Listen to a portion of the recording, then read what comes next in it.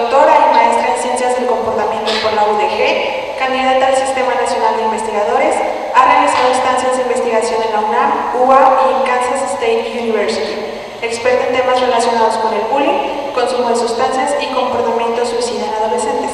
Ha presentado sus trabajos a nivel nacional y en congresos en España y Estados Unidos, galardonada con el premio Tony Levin de la Society for the Quantitative Analysis of Behavior, profesora a nivel licenciatura y doctorado, acreedora de becas del Consejo Nacional de Humanidades, Ciencia y Tecnología desde 2015 y por la Asociación Mexicana de Ciencias. Trabaja en el proyecto Desarrollo y Evaluación de Programas de Intervención, indicado selectivo en consumidores de cristal, fentanilo y heroína, y su comorbilidad con problemas de salud mental y comportamiento suicida, a cargo de la doctora Carolina Isela Martínez Martínez. Le damos una bienvenida.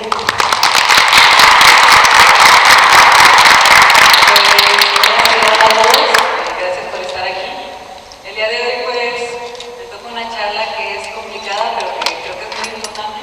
Yo, como mencionaba ahorita la maestra Laura, pues en realidad sí me dedico sobre todo a la parte de la investigación y pues una parte que me encanta es la parte de la prevención, ¿no? Sobre diversas problemáticas. En este caso pues vamos a hablar acerca del consumo de sustancias y del comportamiento suicida, que bueno, nosotros hemos visto que aquí en Aguascalientes es una problemática muy fuerte y que pues la prevención es lo que hemos visto que es muy funcional, que obviamente también cuando se empieza a desarrollar, también identificarlo a tiempo es fundamental para los adolescentes y que yo sé que prestando a lo mejor detalles significativos que vean en su adolescente pues podrían encontrar algunas respuestas, ¿no? Para conocer qué es lo que está sucediendo.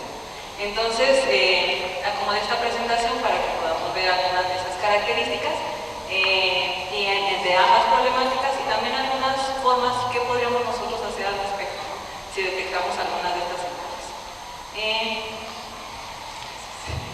Primero que nada, pues les quería comentar algo que yo creo que todos lo tienen bien entendido porque lo ven en sus adolescentes a diario, pero que pues la adolescencia pues es un periodo de desarrollo que es muy estresante para los adolescentes y que pues hay muchos cambios no solo corporales, sino también de pensamiento y también de sentimientos, ¿no? Es una situación pues que está haciendo un cambio revolucionario para ellos y que los fuertes sentimientos que ellos tienen a lo mejor de estrés, de confusión, de miedo, pues puede llevar muchas veces a que ellos se sientan confundidos con todo lo que tienen que lograr, todo lo que tienen que hacer.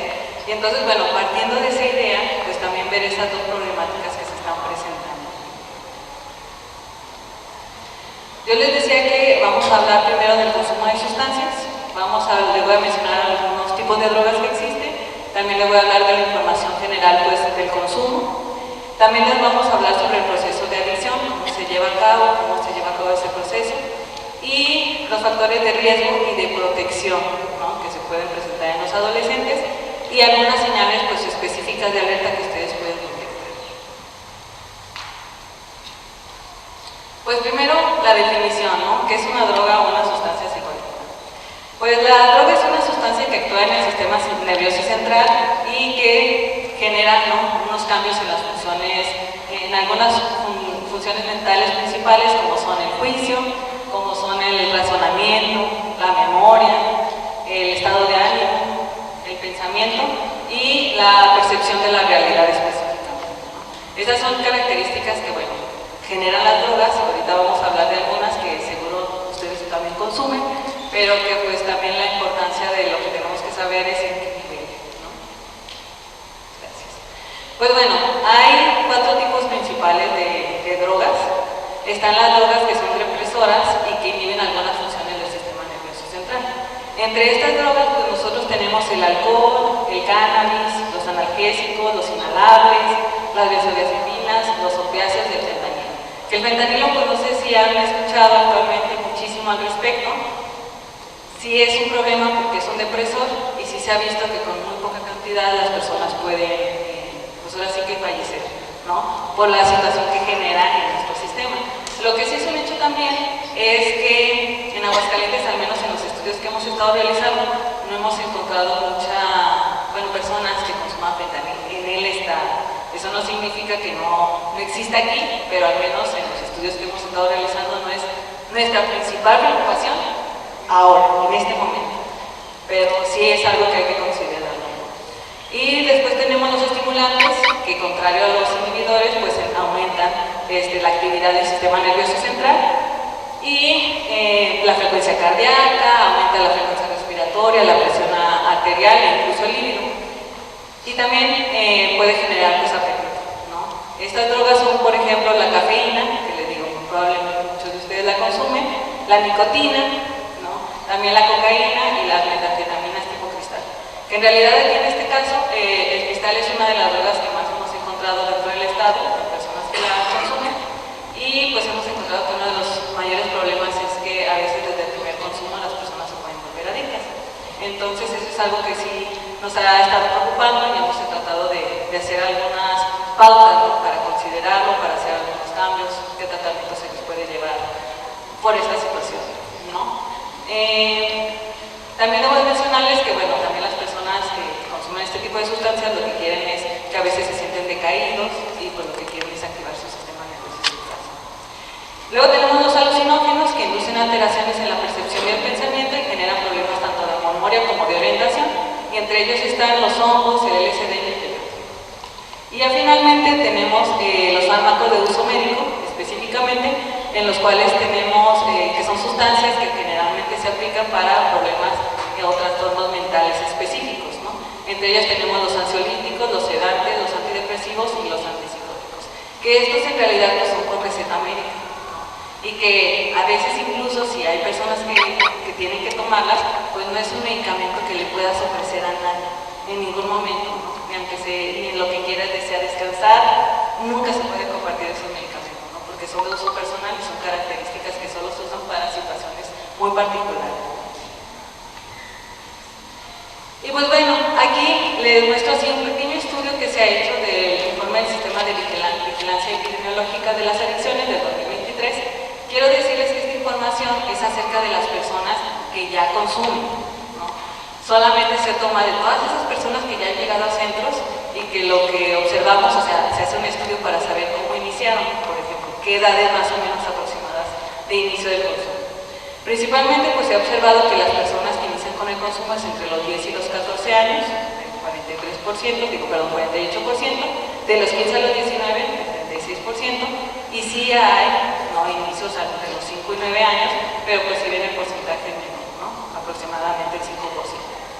También otra situación es que las drogas de inicio se consideran como la primera droga que consume la persona antes de tener a lo mejor un problema de adicción, y lo que se ha encontrado es que pues tenemos el tabaco y el alcohol como las principales, esa es como la droga de inicio. Luego tenemos la marihuana y también encontramos que el cristal, ¿no? Ha ido aumentando también esa situación.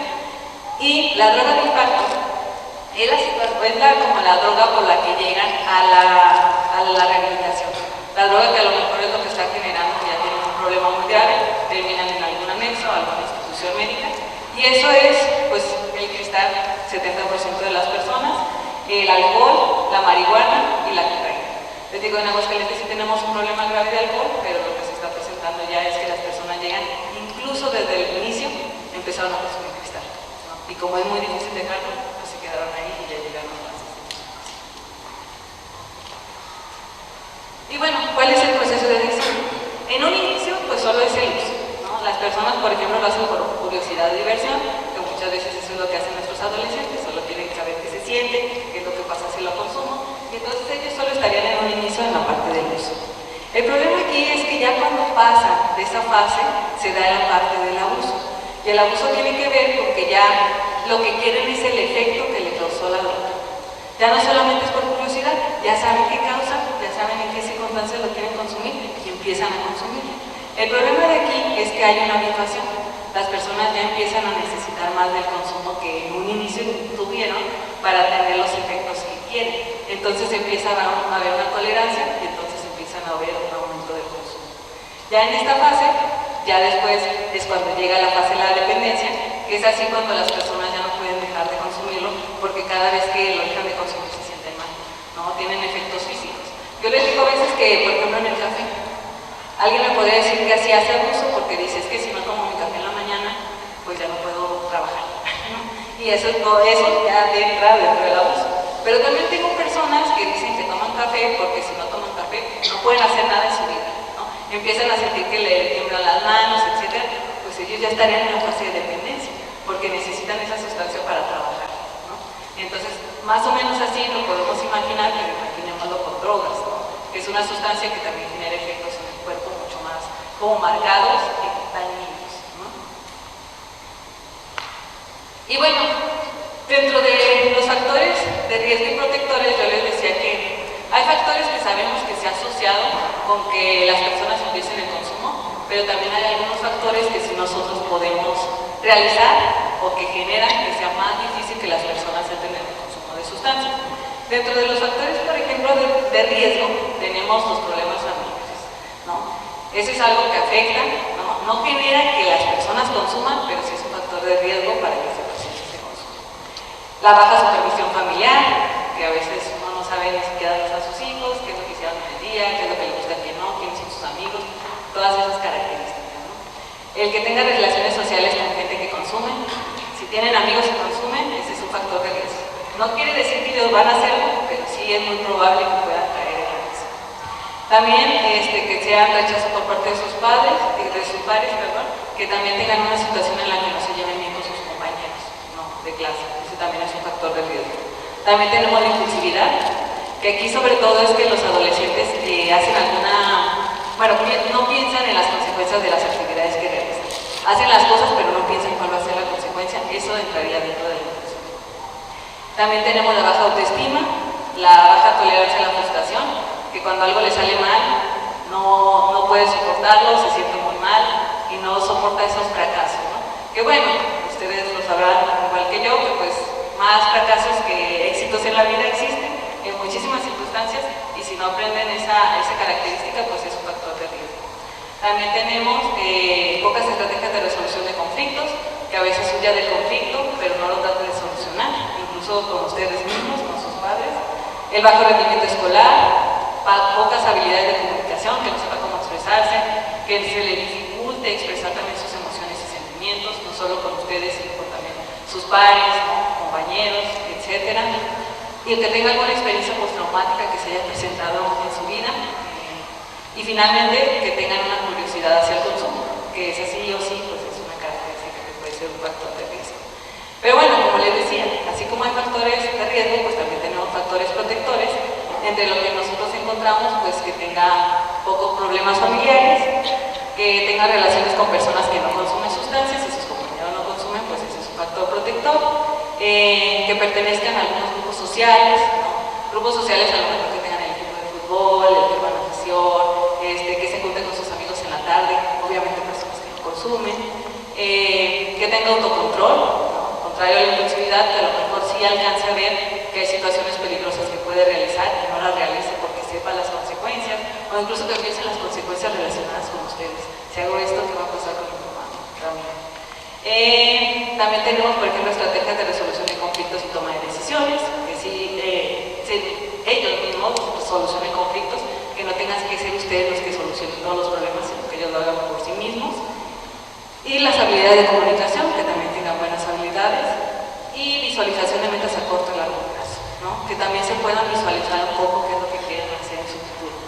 Yo sé que, de hecho, hoy platicaba con algunos de los adolescentes acerca de cómo estoy desarrollando a lo mejor hasta llegar a ser psicóloga, pero sí les decía que, bueno, no tienen que tener todo planeado de su vida completa, pero que sí tienen que tener alguna idea de qué es lo que quieren ir haciendo, ¿no? Si cuando salen a la preparatoria, qué es lo que quieren hacer, etcétera, pues es un factor protector, ¿no? Porque empiezan a tener cierta educación. Y bueno, ya específicamente en señales que nosotros podemos detectar en nuestros hijos y que podrían darnos indicadores de que ellos están consumiendo, serían, pues que, yo les digo que aquí sí es muy importante considerar que ustedes conocen a sus hijos. Nosotros estamos hablando de un cambio de comportamiento drástico que observan. O sea, este comportamiento, si alguien me dice, no, mi hijo siempre es bien malhumorado, a lo mejor no va a ser un indicador. Pero sí estamos viendo que antes no lo era y ahora cambió. Entonces, esa es la parte que a nosotros nos importa, ¿no? Saber que hubo un cambio. Por ejemplo, que sea malhumorado, que tenga hostilidad, que esté depresivo, ¿no? Que a lo mejor no quiera salir de su casa, que generalmente ya no quiera hacer las actividades que le gustaban, que mienta o robe constantemente, porque eso sí los hemos observado, pues necesitan tener dinero para consumir, ¿no? Entonces es algo que también se puede presentar. Negarse a reconocer los efectos nocivos de las drogas, que les diga digan, es que no me va a pasar nada si consumo, ¿no? A mí no me va a pasar nada como a los demás, ¿no? Y eso es algo que nos pasa seguido y que las personas creen que pueden controlarlo. Lo que no alcanzan a observar es que no es que puedan o no, sino que la sustancia va generando en su cuerpo y eso es algo que no pueden controlar, ¿no? La otra es que eviten viejos amigos o personas que los puedan confrontar, que empiecen a alejarse de esas personas que seguro les van a decir, estás haciendo algo, ¿no? Que eso también se aleja. Que contesten con evasivas cuando se les preguntan dónde están, ¿no? Que no sepan ustedes a dónde fueron, con quién fueron, pues eso también sería un indicador de que algo pudiera estar sucediendo, ¿no? Que tengan una pérdida de motivación, les digo, dejen de hacer estas actividades que ustedes saben que les gustan mucho a sus hijos, eso también. Y falta de interés pues, en la vida cotidiana en general, ¿no? Ya no quieren ni levantarse, ya no quieren hacer nada, porque muchas veces lo que pasa es que la gente solo quiere estar consumiendo.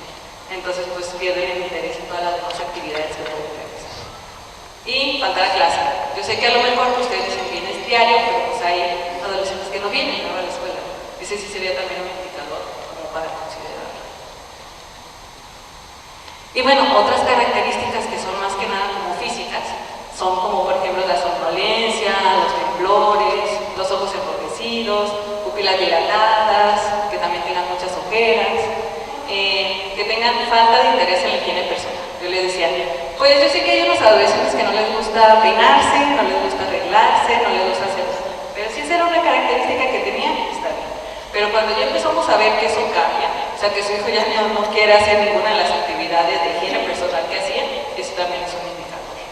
El que por ejemplo tengan pérdida o aumento de apetito, que tengan movimientos como descoordinados, frecuentes resfriados y tos, porque muchas de las sustancias pues también tienen que ser inhalables, entonces pues eso provoca que tengan más enfermedades respiratorias, la pérdida de peso, que arrastren las palabras y que tengan horarios de dormir irregulares, porque también muchas de las sustancias generan que no puedan descansar. Por ejemplo, el cristal no lo deja dormir, entonces bueno, empiezan a tener algunas de ese tipo de problemas. Yo nada más les quería comentar hacia grandes rasgos, hay unos programas que, por ejemplo, a veces los adolescentes no quieren aceptar que tienen una situación, ¿no? Este tipo de programas están diseñados para que ellos puedan checar su consumo. O sea, ustedes no les tienen que decir a lo mejor a ellos que su consumo está mal, sino decir, ok, no tienen ningún consumo problemático, ¿por qué no te metes a ver este cuestionario? Y es un cuestionario, por ejemplo, el manual MSD, que nada más tienen que contestar, creo que son como unas 10 preguntitas, lo contestan y les dice cómo está su consumo, específicamente, por ejemplo, a veces del alcohol. Y en el caso del PIBA, que es el que está arriba, es un programa que nosotros tenemos implementado, en el cual ellos contestan un cuestionario, se les dice cómo está su consumo y luego se les da una pequeña intervención como de 5 sesiones, muy cortitas, en las que se les enseña sobre el consumo. Entonces, bueno, ahí eso es interactivo para ellos, no tienen que estar ustedes ahí, pero si a ellos como que les llama la atención o a lo mejor se pudieran ellos meter, pues a lo mejor van a encontrar información científica y puntual que les hable un poco de su consumo. Y bueno, yo aquí hice unas pequeñas preguntas, una reflexión hacia ustedes acerca del consumo, específicamente del alcohol, ¿no? Nosotros a veces cuando hacemos incluso el consumo del alcohol, pues tiene que haber un consumo responsable, ¿no? En los adolescentes lo que se promueve es que no haya ningún consumo, ¿no?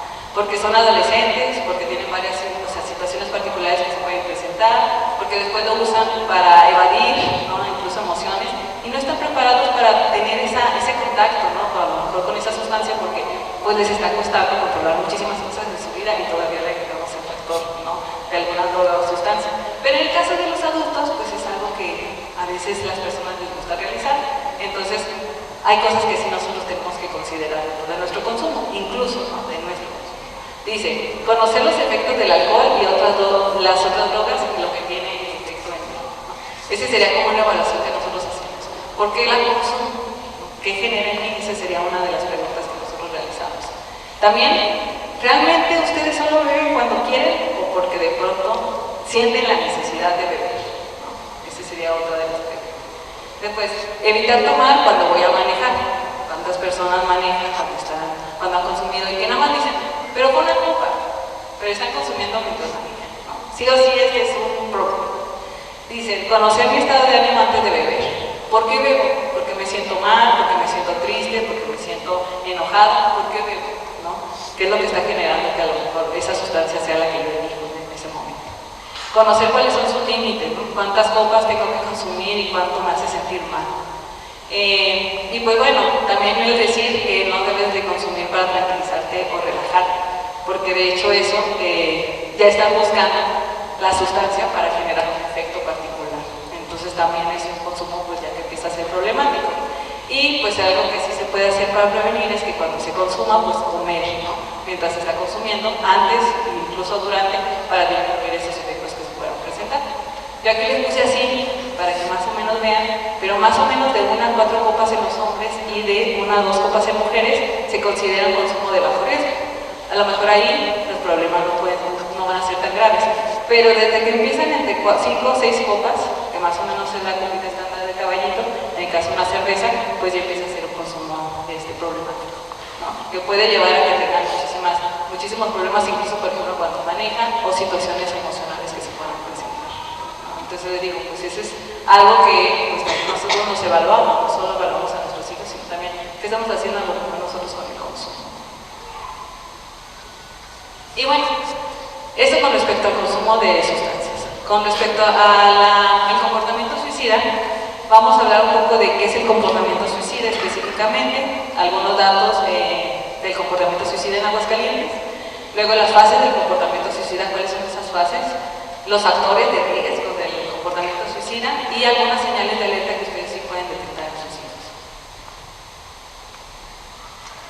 Bueno, la definición así que es aceptada del comportamiento suicida, pues es la acción orientada a causar la propia muerte de manera voluntaria. Esa sería como la definición del comportamiento suicida. Ahora,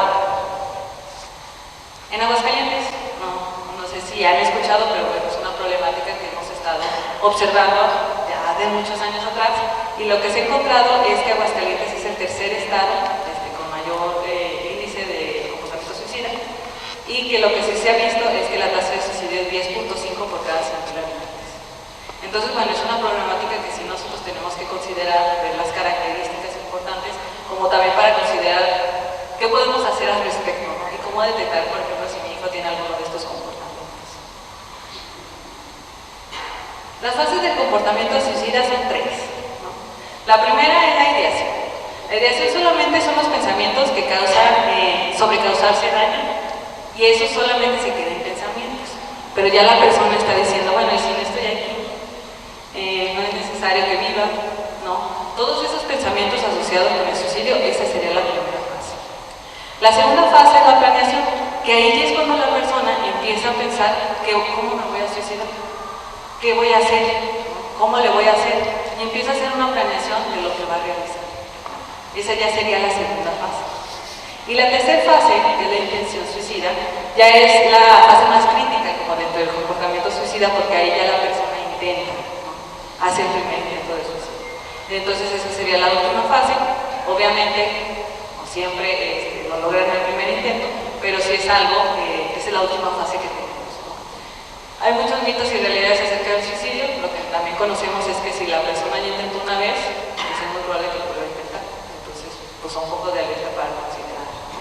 Y dicen, se ha encontrado que las mujeres tienen más ideación suicida y que en el caso de los hombres, pero los hombres consuman más el suicidio. Entonces hay más suicidios en el caso de los hombres que de mujeres, pero las mujeres sí lo piensan más. Entonces eso es parte de la estadística de todo nuestro país y eso es algo también a considerar, ¿no? Y bueno, así como en este caso, ¿no? El consumo de sustancias, también en el caso del suicidio, pues hay factores de riesgo y factores protectores. Dentro de los factores de riesgo, tenemos que tener algún padecimiento o un trastorno mental, pues es un factor de riesgo para que las personas puedan tener algún intento suicida o comportamiento suicida como tal.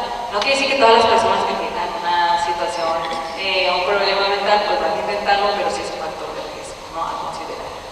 La impulsividad, que como les decía, pues que no alcancen a ver las consecuencias. De hecho, muchas veces no alcanzan a ver la consecuencia específica de a lo mejor de lo que van a realizar. Entonces, bueno, eso también es un factor de riesgo. Los eventos de vida no deseables, las pérdidas recientes, por ejemplo, la muerte o divorcio de los padres. Eso no quiere decir que sean los culpables, lo que significa es que eso sí es un factor de riesgo para que a lo mejor el adolescente intente, ¿no? O tenga una planeación o tenga alguna ideación. Entonces también pues se está monitoreando, ¿no? El historial familiar de trastornos mentales o abuso de sustancias, porque pues sí hemos visto que si se relacionan, o sea, si ya consumen, pues ese es un factor de riesgo para que pueda llegar al suicidio, ¿no? Lo que también sabemos es que pues, las sustancias generan, como ya les mencionaba, pues, muchísimas situaciones mentales que también pues, pueden favorecer, ¿no? Que sería a lo mejor la planeación, la ideación y a veces la consumación. De hecho, a veces lo hemos visto últimamente en las noticias, no sé si han visto noticias incluso de que dicen que una persona estaba en el consumo de sustancias, mató personas, se mató a sí mismo, etc. Hemos visto que algunos de los efectos de cristal son eso. O sea que las personas, como no tienen un control de lo que está sucediendo, no tienen paranoia o delirios, pues también pueden llegar a esa situación.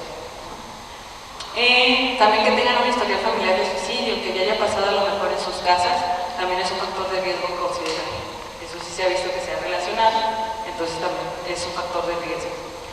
El que haya violencia familiar, abusos físicos, sexuales, verbales o emocionales, pues también es un factor de riesgo, ¿no? Para que las personas puedan tener el comportamiento suicida. Que hayan ya tenido un intento anterior de suicidio, como les mencionaba, y que bueno, en este caso creo que en México hay menos, pero sí existen armas, hay personas que tienen armas en su casa y eso también es un factor de riesgo para que exista el suicidio. Ahora, ya les mencioné pues cuáles son todos los factores de riesgo, pero claro que hay factores protectores muy importantes, ¿no? Y que de hecho en general con los adolescentes pues corresponden a los papás, ¿no? Casi siempre. Una parte es pues dialogar con los adolescentes, ¿no? Sin reprimirles sus emociones y validando sus sentimientos. Yo sé que a veces hay situaciones que ellos sienten que se van a morir, ¿no? Cuando son adolescentes y que a lo mejor ustedes lo ven y dicen, no le va a pasar nada. Pero el adolescente está sufriendo, ¿no? Entonces muchas veces entenderlo, validar lo que está sucediendo, pues es un punto importante para ellos, saber que son escuchados, ¿no? Que a pesar de que es una situación que ustedes no la ven tan problemática, que los escuchen, pues es un factor muy importante de protección. También empatizar con sus ideas y pensamientos. Les digo, a veces pues ya no sabemos exactamente qué es lo que les importa a los adolescentes en el momento y a veces sí es algo que nosotros pues, nos debería de interesar un poco más, ¿no? Para saber y poder empatizar con las ideas que ellos tienen. Y más porque yo no sé si les pasa a ustedes, pero al menos yo con mis papás también digo, tenemos pensamientos muy diferentes en muchas cosas, ¿no? Pero el diálogo pues es fundamental. A lo mejor no están de acuerdo conmigo, igual ustedes no están de acuerdo con ellos, pero dialogar con ellos acerca de todos los temas que a ellos les interesen, pues es un factor que cuando suceda alguna circunstancia van a acudir a ustedes porque saben que los escuchan, más que si apoyan o no lo que ellos piensan, ¿no? Empatizar, a no prestar atención a lo que aprenden día a día, lo que les interesa, quiénes son sus amistades y las personas en las que confían.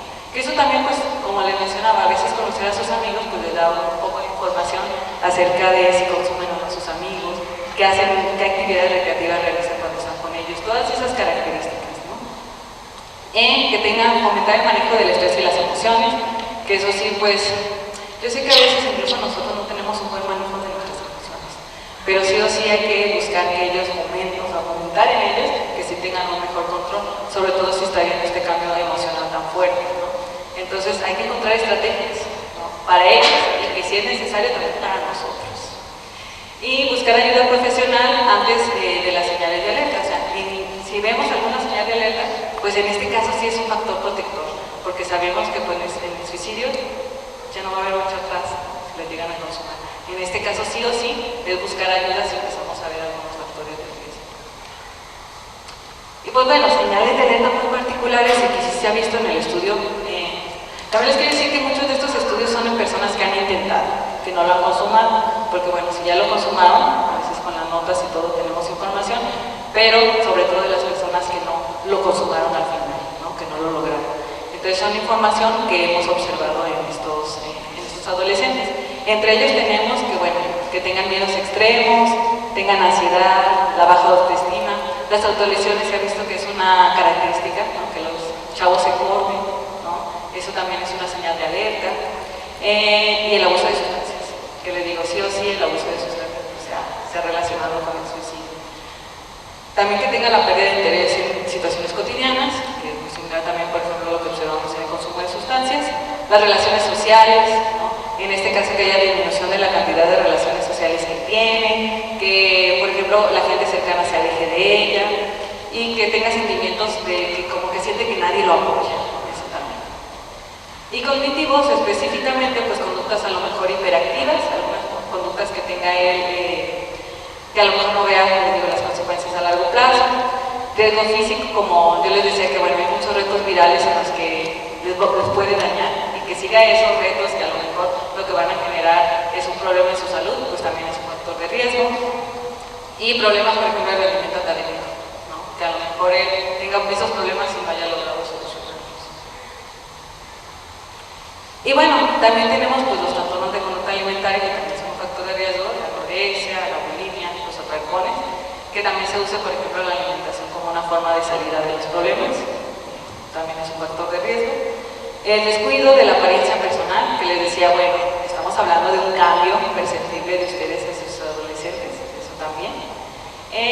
Antecedentes, por ejemplo, familiares que hayan tenido tentativas o que hayan consumado el suicidio, y haber sufrido violencias, o sea, ya sea maltratos físicos, psicológicos, emocionales, o que no se les haya tenido el cuidado necesario cuando eran más chicos e incluso ahora, el ciberacoso y la violencia sexual, ¿no? Esos también son factores como focos rojos que nosotros debemos de considerar.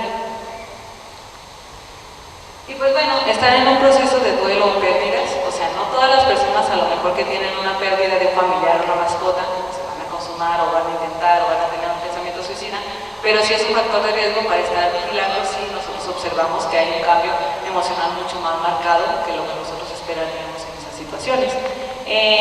Por ejemplo, también que haya problemas económicos en la familia, ¿no? Que también a él le causen estrés, eso también, por ejemplo, es un factor para considerar. Y búsqueda de, bueno, que en este caso haya armas de fuego a su alcance o medicamentos que pueda utilizar, y realizar, por ejemplo, búsquedas que ustedes hayan visto que a lo mejor hay búsquedas específicas del suicidio específicamente, ¿no? Y finalmente, pues haber realizado intentos de suicidio previos, o sea que sí o sí, pues si ya hay un intento, pues en realidad sí es algo que se tiene que considerar como una señal de alerta, ¿no? Para los adolescentes. Y pues bueno, hay una parte que sí o sí es muy fundamental cuando se presenta el comportamiento suicida, que a veces lo podemos dejar de lado, podemos considerar que es una broma, que le están diciendo pues por jugar, que están exagerando, pero que pues en realidad lo que se ha visto es que dentro de los mitos se dice que no siempre podemos detectar cuando las personas van a cometer suicidio, pero lo que se ha visto es que siempre hay señales, sí o sí, siempre hay señales de que algo estaba sucediendo, que es difícil detectarlas a veces sí, pero sí o sí hay señales, ¿no? Dentro de ellas, digo, aquí ya sería un caso extremo, pero que se ocurre, es por ejemplo que ellos dicen expresar verbalmente me quiero matar o me voy a suicidar. Esa expresión verbal no tomarla a la ligera, sí considerarla, sí hablar con ellos, sí ver qué está sucediendo. También dar indicios verbales como ya voy a dejar de ser un problema, o si algo me sucede, quiero que sepas, como si ya se estuviera despidiendo. También obsequiar posesiones personales que son muy valiosas para ellos, que se las estén dando a otras personas, ¿no? Alegrarse o estar muy tristes de forma repentina, o sea que tengan cambios de humor muy repentinos, ¿no? O que escriban pues notas suicidas que ustedes pudieran detectar, encontrar, pues eso sí o sí son señales de alerta muy importantes que sí nos llevan a buscar como ayuda profesional más específica, ¿no? Y pues bueno, ¿qué hacer si veo varias de estas señales en mi hijo o hija? Esa es yo creo que la parte más importante. Hoy platicábamos y decíamos, bueno, nosotros sabemos que ustedes ya están detectando algo y muy probablemente están enojados, frustrados, tristes, porque están viendo que su hijo pues está consumiendo o ya vieron que a lo mejor tiene algún comportamiento relacionado con el suicidio. Pero la parte más importante es guardar la calma, ¿no? En su caso, pues es mantener una dirección positiva con su hijo, ¿no? De apertura, de escuchar lo que tienen que decirles, dejarlos que hablen. Esa es como una parte fundamental, porque frases como échale ganas, todo va a salir bien, no es un problema tan fuerte, no ayuda a sus hijos, porque al final del día lo que ellos se están sintiendo es algo real, y el minimizarlo para nosotros también de alguna manera hacernos sentir mejor no va a solucionar su problema, y lo que puede generar es que ya no quieran contarles a ustedes lo que les está sucediendo. Entonces, con toda la fuerza que tienen, pues escucharlos, ¿no? Y tratar de validar esas emociones. Y la otra parte es fomentar habilidades como la comunicación asertiva, la expresión de sus emociones, la autorregulación, la toma de decisiones y la empatía. A pesar de que ustedes sepan que está sucediendo ese problema, pues lo que ustedes tienen que buscar es tener una buena comunicación con ellos. No pueden solamente tener conversaciones acerca de su consumo o acerca no las pláticas se pueden derivar en todo. Nosotros habíamos hecho un estudio alguna vez con papás que tenían problemas fuertes con sus hijos, que no se sabían comunicar con ellos. Y entonces en la plática pues les poníamos cosas sencillas, a lo mejor era, siéntense y van a hacer un plan de qué van a hacer el fin de semana. Un plan pequeño, no tiene que ser algo grande, pero que podrían hacer en conjunto. Y entonces empezaban la planeación, empezaban a platicar con sus hijos, empezaban a ver qué van a hacer, y a la mitad de la plática dicen, pues es que no podemos hacer ningún plan porque pues estás consumiendo sustancias, eso ya nos quita muchas posibilidades. Y entonces regresaban, siempre regresaban al mismo problema que tenían. Sabemos que tienen ese problema y yo sé que ustedes lo quieren solucionar, pero hay muchas otras cosas que pueden platicar con sus hijos. No pueden hablar todo el tiempo ni del consumo, ni del comportamiento suicida, ni de solo sus problemáticas particulares. Tienen que hablar de muchos otros temas que se presentan, porque eso es lo que favorece que ellos busquen a ustedes para hablar sobre diferentes temáticas. Solicitar apoyo profesional, que les digo, ya si se detecta, muchas veces ya lo detectan cuando ya, por ejemplo, ya pasaron a la fase del abuso, que a lo mejor ahí sí es importante. En este caso, pues sus hijos, casi la mayoría han tenido que son menores de edad, entonces ahí sí les corresponde a ustedes pues llevarlos a terapia, buscar ayuda para ellos, para que salgan adelante. Cuando ellos son adultos la cosa cambia, pero en este caso pues estamos hablando de adolescentes. Entonces sí o sí, ese es uno de los pasos más importantes. Y pues bueno, ya específicamente en el suicidio, si sabemos que tuvimos a lo mejor algún adolescente que sí intentó suicidarse o tiene algún comportamiento suicidio específico, pues sí, a lo mejor no tener medicamentos a la mano, algunos pues como instrumentos portantes, pues si tenemos armas de fuego, pues sí tienen que estar escondidos, ¿no? Para que eso sea, pues, sea mucho más complicado que se presente esa situación, como una forma de prevención. Y bueno, les quería comentar como último punto que este mes de marzo vamos a estar realizando se puede decir que es como un curso virtual, ¿no? Que nosotros diseñamos para que los adolescentes puedan conocer sobre estas temáticas, tanto el consumo de sustancias como el comportamiento suicida. Tenemos, este curso está más o menos dura como 3 horas, los adolescentes lo van a hacer cada quien por su cuenta, van a tener sus propias claves, van a entrar al curso y van a ver información que nosotros hemos recabado. Obviamente es información muy puntual para ellos, ¿no? Tardan 3 horas, pero en general son actividades repetitivas, ¿no? Completar palabras, sopas de letras, que les vamos a poner información muy puntual que ellos tienen que leer y entonces van contestando algunos ejercicios. Sobre todo lo que nosotros hacemos es hablarles sobre el comportamiento, o sea, algunos factores relacionados con la adicción, ¿no? Y también les damos algunos ejercicios que pueden ser benéficos para ellos, sobre todo de factores protectores. Les hablamos de eso, pero les decimos, no les especificamos que son factores protectores, sino que les enseñamos algunas estrategias que pueden implementar para mejorar la comunicación, por ejemplo. Luego también tenemos de conducta suicida, que en este caso de conducta suicida también se les habla cuáles son las fases del comportamiento suicida, qué hacer, por ejemplo, si me siento de esta manera. Incluso tenemos algunas historias, ¿no?, que les contamos ahí para que puedan contestar, en el que se les habla de situaciones en las que ellos tienen que, como que harían en esa situación. No solo si ellos presentan ese comportamiento, sino que sus compañeros alrededor sí lo presentan.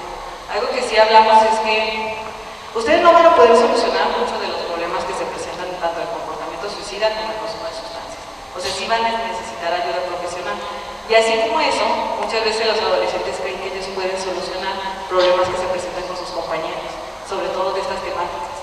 Y pues también ahí les hacemos ver que pues no van a poder solucionar, pero que ellos sí pueden encontrar alternativas como de que su compañero busque ayuda, ¿no?, que no se quede escondido a esa situación que se está presentando. Entonces, más o menos las actividades se relacionan con ese hecho. Y en el último módulo de habilidades, sí les enseñamos estas habilidades que son como de autorregulación, de solución de problemas, de toma de decisiones, y lo que buscamos es que el adolescente en realidad haga como una reflexión acerca de todos esos factores y ver si los está desarrollando de manera adecuada y que les funcionen como unos factores protectores para su vida diaria. Entonces, eso es exactamente lo que vamos a ver en este curso. Y pues se les va a dar una constancia al final, cuando finalicen el curso, y entonces se va a estar monitoreando para que puedan hacerlo. Van a hacer todos los grupos, todos los adolescentes, y pues de ellos va a depender que lo realicen, esa es la realidad. Pero pues sí es algo que más o menos lo que yo les di en esta plática, pero a ellos se los explicamos de otra manera, con otro tipo de ejercicios, y pues esa es parte de la prevención que nosotros estamos buscando realizar, ¿no? En este caso. También les quería comentar que, bueno, dentro de la investigación que nosotros estamos realizando, como les mencionaba, pues es acerca del cristal, y que nosotros, la parte de la prevención es, este tipo de cursos son los que nosotros desarrollamos, pero que bueno, también estamos ya en la parte de la intervención. Entonces, bueno, también hay centros, en Aguascalientes estamos diciendo que hay como 120 centros de rehabilitación de consumo de sustancias, de los cuales solo 10 están certificados. Entonces, imagínense la cantidad de centros que hay, y no en todos los centros pues tienen una certificación que asegura muchas veces que están siguiendo unos lineamientos específicos para esas personas. Entonces, bueno, también tengo estos datos que a lo mejor si alguien los necesitara, pues podríamos compartirlos, pero que sí también lo consideren, ¿no? Que hay, esta problemática en Aguascalientes es muy fuerte, ¿no? No es raro que nosotros veamos a estas personas que consumen las sustancias, les digo, sobre todo en este caso cristal, pero sí es algo que nosotros pues tratamos de ver opciones y tratamos de ver qué es lo que podríamos nosotros realizar para la intervención y qué podríamos realizar para esa prevención. Entonces, eso es lo que estaremos realizando. Dentro del curso también se asocian otras temáticas como historietas y demás que hemos desarrollado buscando de que sean más interactivas. Porque lo que también se ha visto es que decirle al adolescente todo lo malo de las sustancias no es lo más efectivo. Lo que se ha encontrado es que en realidad se le tiene que dar la información para que tenga cómo decidir. Que el asustarlos acerca del consumo no es lo que genera que las personas no consuman. Entonces también como que la forma en la que se los planteamos también no es ni en un regaño, ni en decirles que se van a morir si la consumen, sino que ellos vean cuáles son las consecuencias que se van a presentar si empiezan a hacer algún consumo. Nada más les presento que pues, la doctora Kalina es la que dirige esta investigación que les estoy mencionando, y pues son todas las personas que nosotros trabajamos dentro del laboratorio, y pues también lo hemos estado haciendo asociados con algunos centros en los que se da rehabilitación, y es donde hemos estado también haciendo las investigaciones. Y pues también, si quieren seguirnos en algunas de nuestras redes sociales, que en realidad lo que subimos, pues, las investigaciones que estamos realizando, que se encontraron, información que puede ser útil, pero que sí es científica, y que lo que les decimos es que hay muchísima información en internet, ¿no? Pero en este caso pues tratamos de hacer basado en información que sabemos que es útil, que puede funcionar, de a lo mejor algunos detalles, ¿no? Que les puede ser útil de, por ejemplo, de esto de los centros que se pueden acudir, alguna forma en la que pueden recibir terapia, etc. Y pues por mi parte es todo. No sé si tienen alguna duda o pregunta que quieran realizar acerca de esto. Y le paso el todo. Gracias. Una duda, no sé si tengas tú por ahí algún dato o referencia en relación a ¿cómo se llama? Al porcentaje de recuperación o rehabilitación por tipo de droga. Puedo decir que no tengo ese dato específico, pero lo que sí, ahorita específicamente porque estamos viendo el cristal, y debo decirles que sí es difícil, ¿no? Las personas que se rehabilitan muchas veces es porque están dentro del centro, dejan de consumir esa sustancia ahí, pero el problema es que salen y luego se empiezan a relacionar con las mismas personas que consumen. Eso no quiere decir que no salgan, pero tienen que tener también ellos mucho apoyo y que también ellos quieran salir adelante. Muchas veces van a los centros cuando más que nada los lleva la familia, ¿no? Y últimamente los terapeutas sí nos mencionan que la familia quiere como, lléveselo usted y cuide. Y al final no se van a rehabilitar porque en realidad tienen que tener ellos habilidades, ¿no? Tienen que adquirir esas habilidades. Entonces no hay una estadística tal cual, pero o sea, la gente sí sale del consumo, sí sale del consumo. Sobre todo en adolescentes que empiezan a consumir, sí. Pero así la estadística tal cual, no se lo puedo decir. Y por eso pues sí se busca más la prevención que la parte a lo mejor ya de rehabilitación. Pero digo, sí puede. No es imposible, es algo que sí lo vemos. De hecho, personas que dirigen el centro fueron consumidores en algún punto y ahorita están dirigiendo los centros. Bien, llevan muchísimos años sin consumir, pero ellos descubren su problemática muy fuerte y lograron salir de ella. Entonces, bueno, sí hay estadísticas, pero también el problema de considerar cuántas personas se rehabilitan y todo, es que a veces no volvemos a encontrar a la persona que se le dio el tratamiento. Ya no se encuentra, desaparece, ¿no? Nosotros hacemos sesiones de seguimiento y a veces ya no regresan. Entonces, bueno, asumimos que todo sale bien y lo asumimos que ya no está. Esa ha sido la problemática de hacer esa contabilización puntual. sé si alguien tenga alguna otra duda o pregunta. Sí, la otra.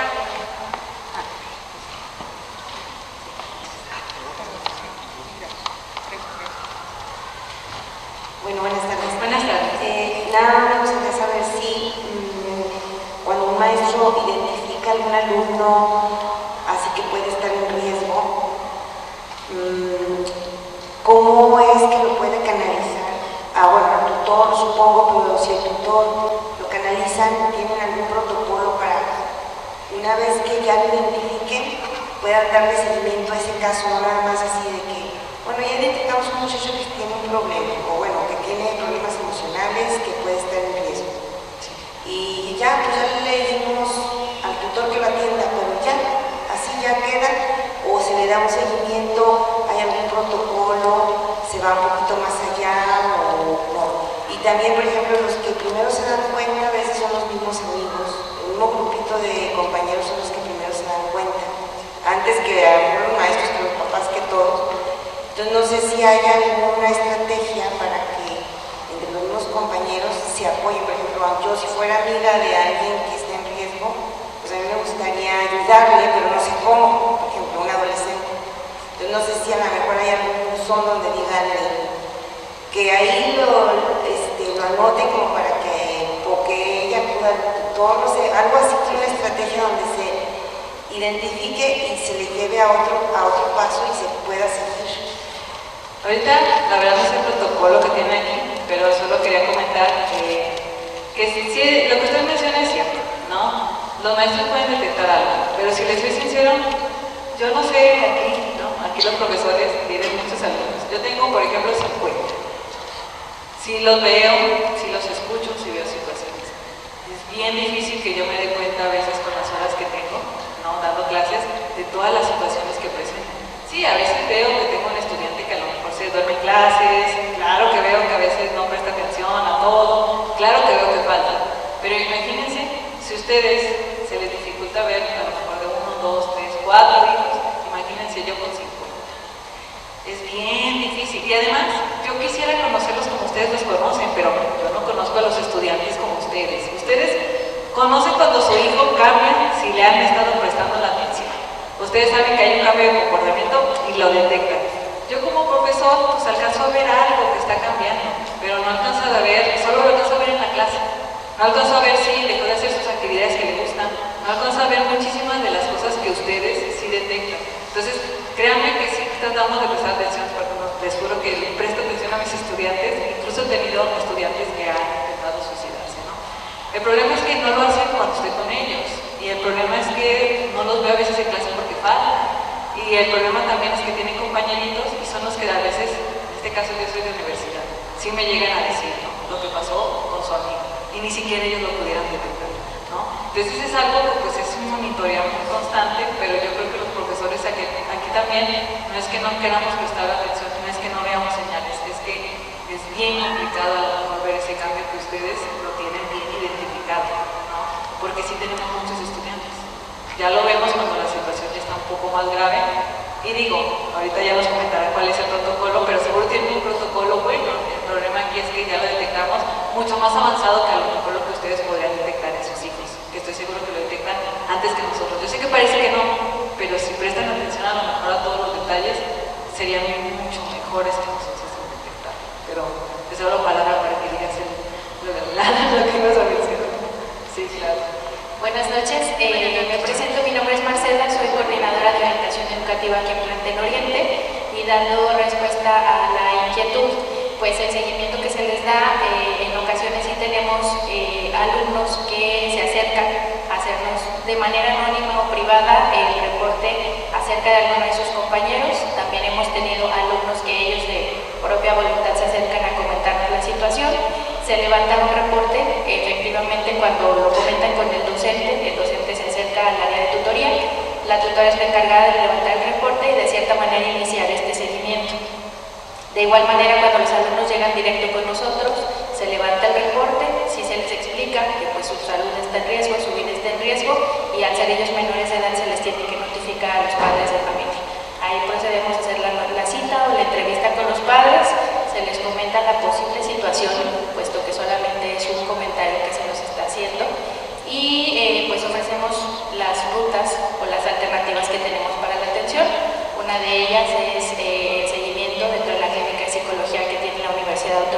Aguascalientes, pero sí hacemos también la recomendación, si existe la posibilidad que ustedes puedan solventar un tratamiento de manera particular externa de la universidad, también tienen la puerta abierta para poderlo hacer.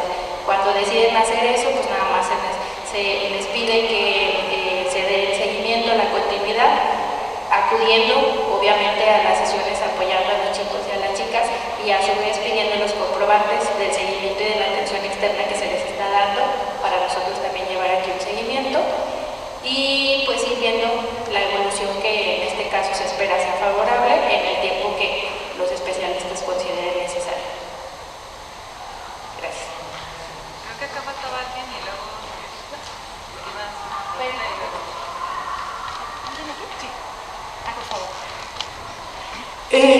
Gracias.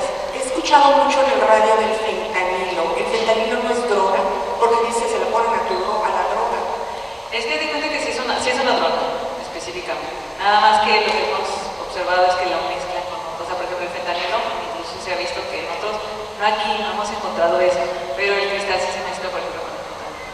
Entonces sí es una droga específica, sí hay mucho problema en el norte del país, de hecho hemos visto algunas clínicas que están en el norte del país, donde el problema es el fentanilo, por eso Estados Unidos se queja tanto de eso, porque en realidad en el norte del país es el problema más grave que tiene, y sí tienen muchas muertes, y en realidad porque deprime tanto el sistema nervioso que en realidad lo que genera es que incluso dejan de respirar, entonces cuando dejan de respirar pues mueren, o sea, incluso con una dosis muy pequeña.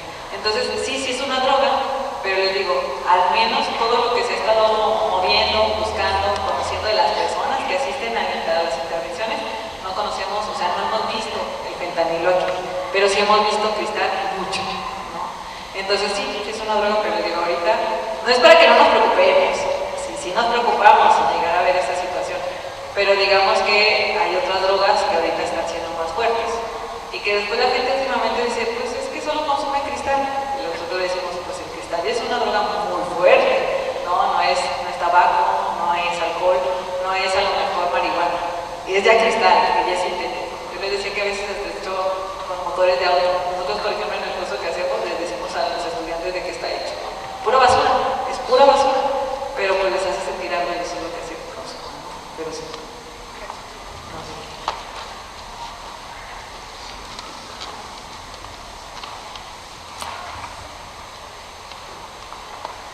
Buenas noches. Yo soy trabajadora social, apoyando a lo que nuestra compañera les menciona.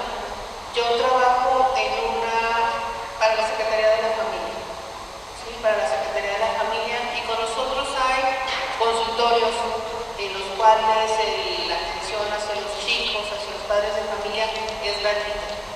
¿Sí? Lo único que se le piden son documentos de copia, lo que viene siendo su INE, su CURP, un comprobante de domicilio, y nosotros atendemos a los chicos.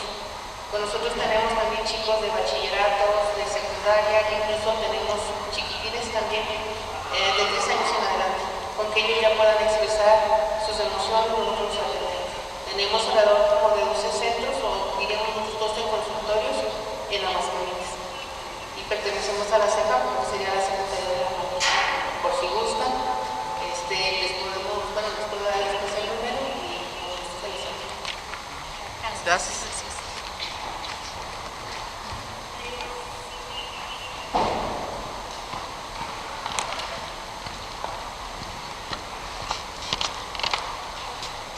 Yo tengo una pregunta. Por ejemplo, nosotros fuimos creados muy diferentes por nuestros papás, tenemos papás autoritarios. Y creo que, bueno, la mayoría les teníamos un respeto hasta con los ojos. Ahora es otra época, lamentablemente hay muchísimas redes sociales. Me considero una mamá muy permisiva y hay que poner, siento, muchos límites. Estoy asustada de ver a los, ¿cómo se llaman? Por ejemplo, el caso de Mariana, que apuñaló a la otra muchacha, a Fofo, que golpeó a una señora. Da susto, da miedo como padre. Híjole, y yo creo que ahorita la adolescencia para nosotros ha sido muy difícil. Bueno, en mi caso muy difícil, porque estás entre que aplican límites, entre que ganas su confianza y uno como papá a veces se vuelve loco. Entonces, para un consejo, ¿qué es más importante? ¿Aplicar los límites o ganarse la confianza del niño? La verdad es que esa es una pregunta compleja, pero la realidad es que lo que se ha visto es que no necesitan, o sea, no porque ustedes apliquen límites no pueden hablar con sus hijos. Está bien estar en la mitad. Hay límites que sí o sí se tienen que cumplir, ¿no? Y les ayudan a los adolescentes a guiarse, ¿no? Ellos están muy perdidos. Y nosotros somos la única guía que a lo mejor tienen, pero sí es fundamental que nosotros platiquemos con ellos. O sea, hay momentos en los que sí tenemos que regañarlos, sí, los regañamos, pero hay muchos momentos en los que los escuchamos, vemos qué es lo que pasa en los días. Yo creo que hay límites que sí tenemos que poner, pero no todos los días ponemos límites a nuestros hijos. Hay cosas que sí tienen, ¿no? Que sí tienen que hacer sí o sí, venir a la escuela, ¿no? A lo mejor ustedes dicen, sí o sí va a venir a la escuela, no le voy a decir, no quieres ir toda la semana, van a la escuela. Eso no significa que ustedes estén poniendo límites en todo y que tengan que dejar de que pues voy a ser buena mamá y entonces les dejo nada de límites, o me voy a hacer buena mamá, les dejo puros límites, ¿no? No, en realidad es que ustedes, mejor que nadie, sabe que pueden estar en la mitad. Lo que sí es un hecho es que se ha visto que la crianza, ¿no? Cuando es a lo mejor, no es totalmente permisiva, pero que sí se busca el diálogo, o sea, incluso cuando ponemos límites, se puede dialogar. Los límites no son para sus adolescentes, para sus propias parejas, para su familia, para todo. Ustedes dialogan y dicen, mira, el límite está aquí, ¿qué te parece? Y entonces se da un diálogo de comunicación en el cual buscamos que no nos afecte a los dos y a dónde queremos llegar con el límite, ¿no? Porque no siempre tienen que ser tan extremos. Pero digo, no existe algo así como que quitemos todo, lo pongamos, sino que con diálogo pongamos esos límites con ellos también, para que entonces ellos se sientan integrados en esas reglas que ponemos y que también ellos expongan su punto de vista y aprendan a dialogar, que esa es una parte fundamental en nuestros hijos, ¿no? Aprender a dialogar, porque no solo lo hacen con ustedes, lo tienen que hacer en la escuela, lo tienen que hacer con sus amigos, lo tienen que hacer con todas las personas. Entonces, pues no es un punto medio, ¿no? Pero sí fundamentado en la comunicación. Otra pregunta, ¿en la adolescencia se puede dar que puedan manipular? En todas las etapas. En todas las etapas de la vida. Lo que siempre decimos es que todos aprendemos a manipular, todos, ¿no? Pero lo que nosotros llamamos manipulación es que nosotros ya aprendimos a manejar nuestro entorno, ¿no?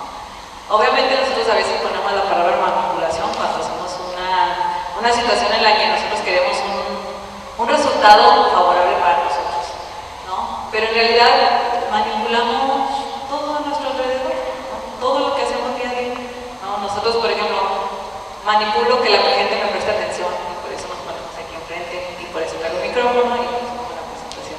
No los estoy manipulando para que hagan algo malo ni les va a afectar, pero manipulo todo mi entorno para que entonces se dé lo que yo quiero, que es que me presten atención, que vean estos factores, que aprendan algo, ¿no? Entonces, manipulamos, todos manipulamos, siempre. Pero aquí también es ver que ustedes sí pueden identificar cuando su hijo los está manipulando para ganar algo que ustedes saben que no está bien, ¿no? Ahí a lo mejor es importante detectar que no los manipulen ustedes para obtener un beneficio que ustedes saben que puede ser dañino para ellos. Si nada más los manipula para obtener 50 pesos para algo, a lo mejor eso no es un gran problema, ¿no? Pero si a lo mejor nos manipulan para que los dejemos salir, nosotros sabemos que van a salir y van a consumir sustancias, ahí sí hay que tener cuidado, ¿no? Pero sí. Gracias.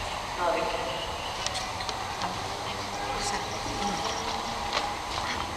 Buenas noches. Bueno, en cuestión de, por ejemplo, ahorita que dice la señora de manipulación, de hecho, a mí me tocó escuchar allá afuera. Salen los muchachos, pero ya no eran de los de primer ni segundo, ya eran de nivel más arriba. Salen afuera y muchas de las veces nosotros les decimos, ay hijo, pues no te hagas de ese lonche, toma, ahí te van 200 pesos, ¿sí? A veces ni se compran el lonche, lamentablemente no se compran el lonche.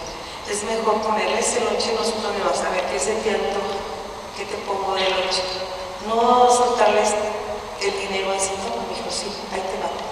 No, ¿por qué? Porque les digo que a mí me tocó escuchar a muchachitos que saliendo de aquí luego enfrentito, les dice uno, a ver, pues cooperacha para la droga, cooperacha.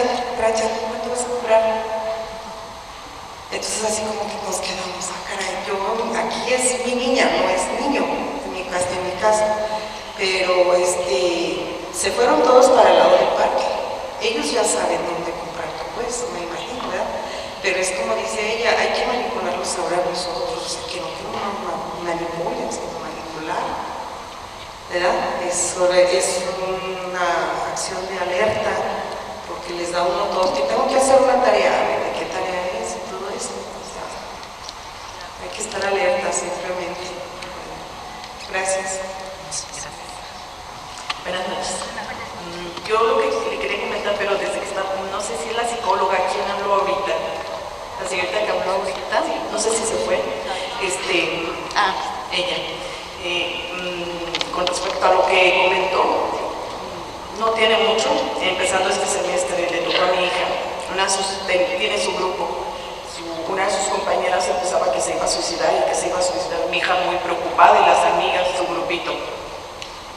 Para poderla ayudar ella y sus amigas fueron con la psicóloga, que no sé quién es, fueron con la psicóloga y le comentaron que estaban preocupados por su amiga porque pues comentaban nada más que se iba a suicidar y el novio también, que se iba a suicidar, después les preocupó más porque el novio también se iba a suicidar y pues querían ayudarlos, no querían, pues estaban asustadas. Y dice, ay mamá, pero no le queremos decir, le dijimos a la psicóloga que no dijera que nosotros dijimos, pero queremos que le ayudemos.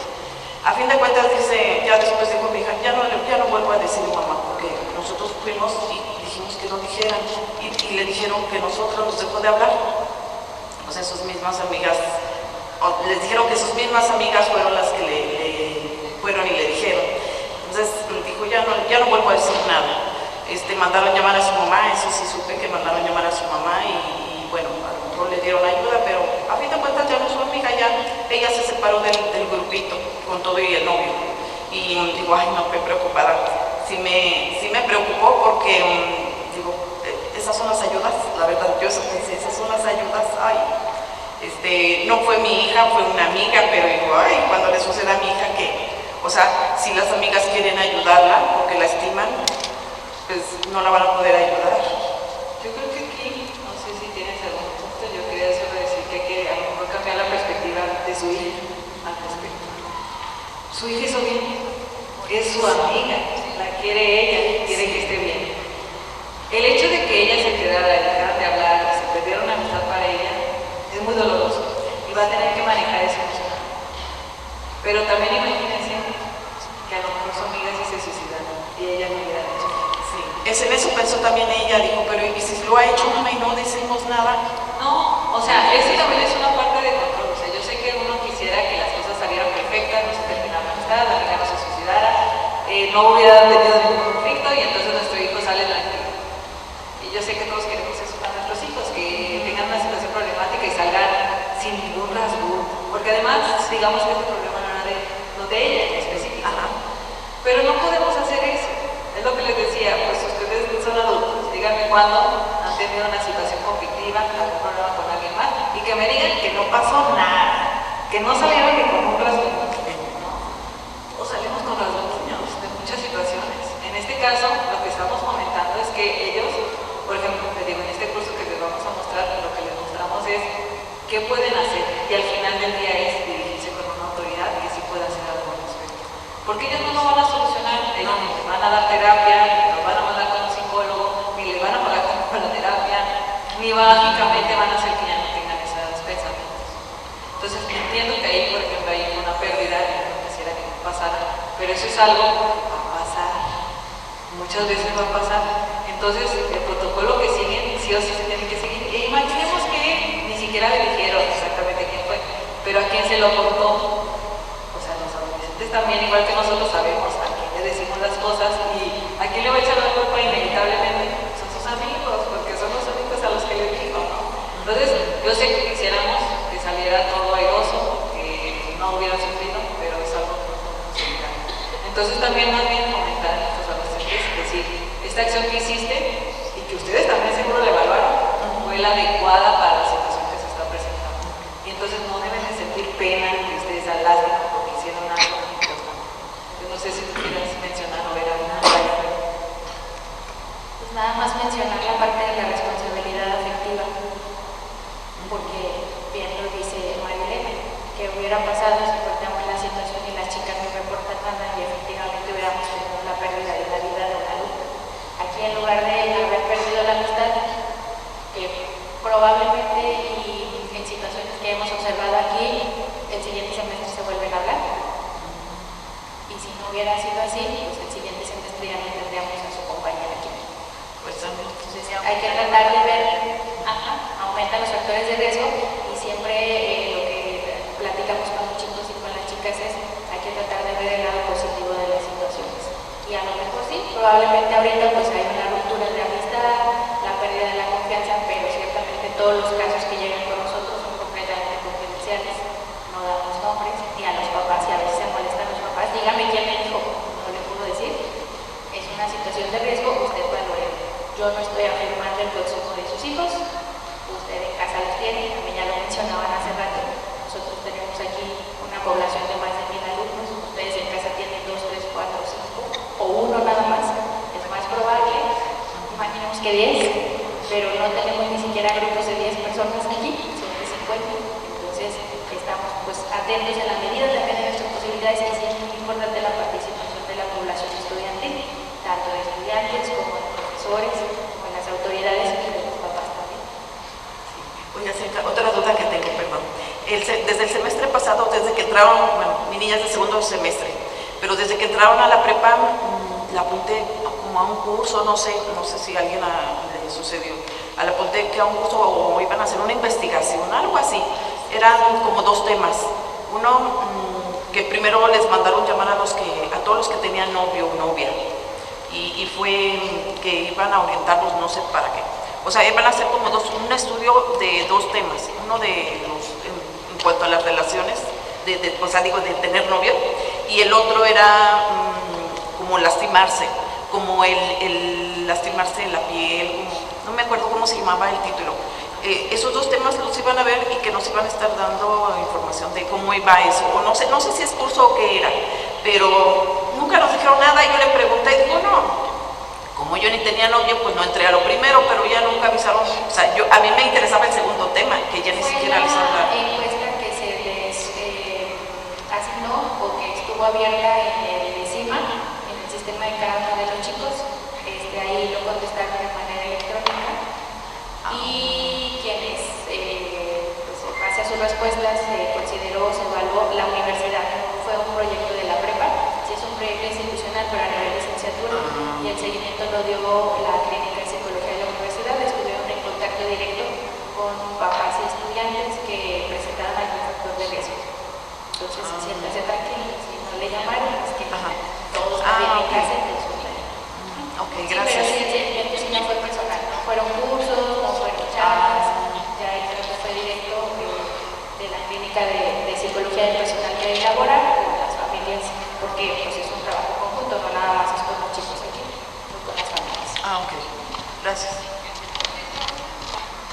Sobre lo que acaba de decir la señora, que pues más que nada hay que decirles que hicieron bien, pero por ejemplo yo pienso que ellos empiezan a tener inseguridad y falta de confianza y ya lo mejor eso ya no tener un problema tanto con las demás chicas, o sea como la situación que pasó la señora, porque si ella tuviera, la chica tenía la confianza de ir a comentarlo con la psicóloga y le pasa esto por las mismas autoridades, que entonces a lo mejor ella llega a un momento que se siente desprotegida y ya no siente la misma seguridad de volver a comentar a otra situación. ¿Qué hacer ahí en esa situación? Yo entiendo que a lo mejor ahí ya nosotros sentimos que ya no lo va a volver a contar con nadie, porque en realidad lo que se está mostrando es que a lo mejor mis amigos se le cuentan a otras personas. Pero también ahí no queda de otra más que nosotros como papás mostrarle en qué situaciones sí es importante contarla. Estamos hablando de una situación que nosotros sabemos que es un factor de riesgo súper fuerte. No es lo mismo que ustedes, la amiga le haya dicho que no le cuente a su mamá que se fue con su novio en la tarde y ya no pasó nada. O sea, de la misma Sí, situación, claro. sí. Sí o sí. Sí, o sea, es algo que tú le haces la percepción a tu hijo o tu hija de que es lo correcto, o sea, de que hizo lo correcto, pero yo me refiero a que la misma, o sea, ella misma siente la inseguridad y no el apoyo de las autoridades en sí del plantel por haber recibido, como tú decías, a su amiga. Bueno, lo que sí, ese sí es un punto importante, es que no se le dice. O sea, lo que estamos diciendo es que yo, o sea, no es el inicio. Pero hablamos de la manipulación. Si yo les digo a mis amigas, ¿no? Les digo, ya me dijeron que fueron ustedes, y sus amigas dicen, no, no fue así, pues ahí ya los adolescentes, aunque no hayan hecho nada de la institución, pues en realidad ya van a considerar que fueron sus amigos, ¿no? Entonces eso ya no se va a poder modificar porque ya le dijeron a algunas personas.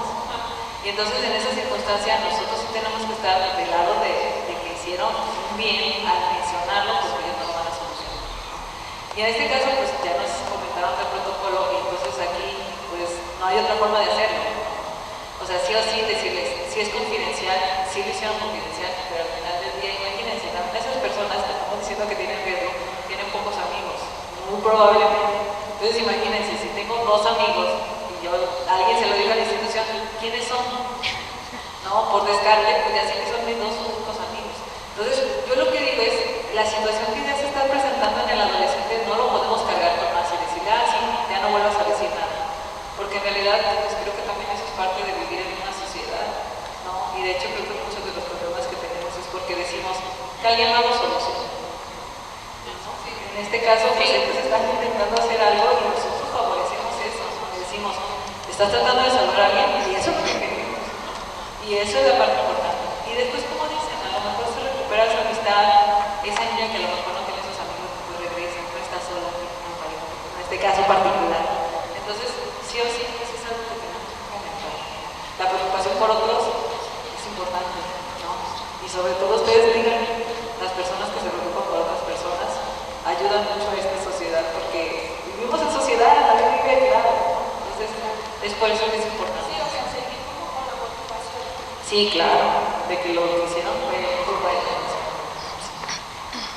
Claro. Perdón, por cuestión de tiempo, vamos a contestar unas 2 últimas preguntas. Perdón, es que nos extendimos un poquito. Muchas gracias. Era nada más para confirmar lo que nuestro expositor está mencionando. Lo que yo veo de lo de la niña es que es parte de la sintomatología que se haya alejado.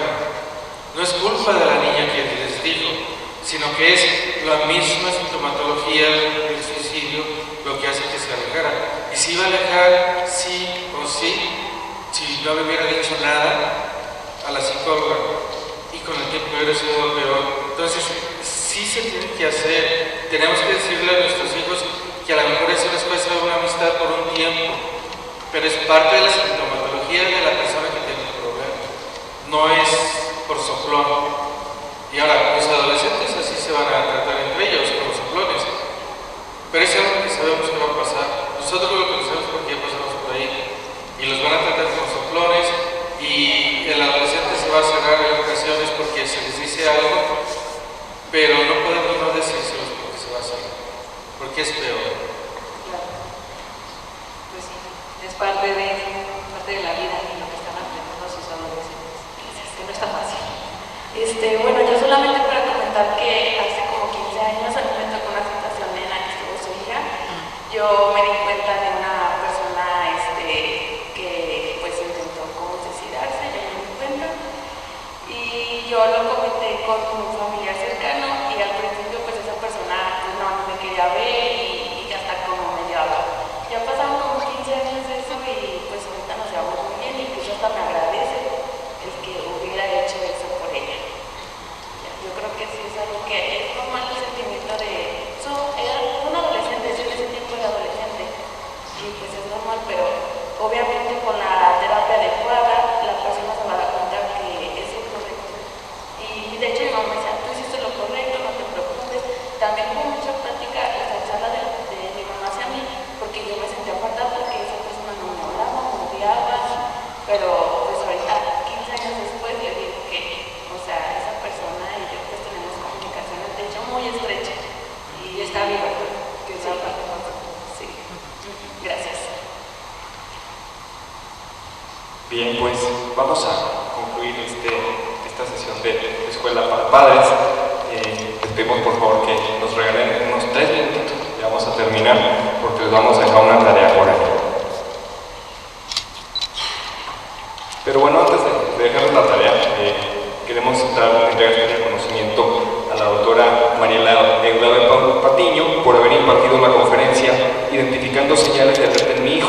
como parte del ciclo de conferencias del programa institucional de Escuela para Padres, enero-junio de 2025, Celumen Proferre. Y bueno, acá se trae la firma de nuestro señor decano, el maestro Julio Oscar Rascón Zaragoza. Un aplauso.